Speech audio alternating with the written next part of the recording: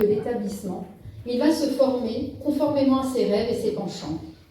L'adolescent Rupen Chilingirian, doté d'une âme de poète, révèle également un grand intérêt envers la science.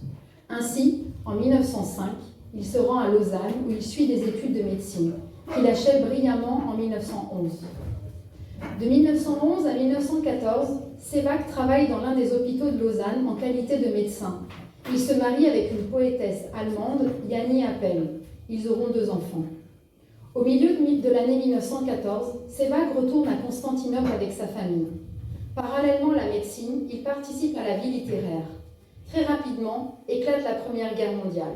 Sévag est enrôlé dans l'armée ottomane en qualité de médecin militaire. Mais à peine 2 mois après la nuit funeste du 24 avril, il est arrêté, le 22 juin 1915. Il est déporté à Çankırı. Là, peu de temps après, en l'absence de médecins turcs, il commence à soigner des malades turcs. Il est exécuté le 26 août 1915, en même temps que Daniel Varoujan, partageant ainsi le destin tragique de tant d'autres intellectuels, ainsi que celui de son peuple. Rupen Sévag est le plus jeune des écrivains martyrs. Il a fermé les yeux avant d'avoir dit son dernier mot. Et surtout, son rêve, tant caressé, est resté inachevé, publier ses poèmes et ses œuvres en prose. Dans sa courte existence de 30 ans, plus exactement durant sa vie littéraire de 8 ans, Sévag conquit une place prépondérante dans la littérature arménienne. Hélas, la vie fut très ingrate, en ne lui donnant pas le temps et l'opportunité de révéler ses chefs-d'œuvre. C'est une période difficile pour Sévag, qui fait son entrée dans le monde littéraire et créatif en écrivant des poèmes qui paraissent dans les journaux arméniens de Constantinople. Ses premiers poèmes sont accueillis avec un grand intérêt et lui assurent enfin une renommée.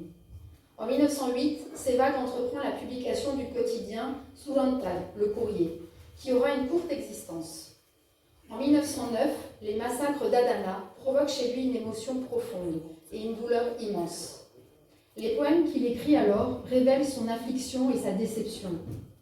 En 1910, paraît son premier et unique livre intitulé « Le Livre rouge », inspiré par ces massacres.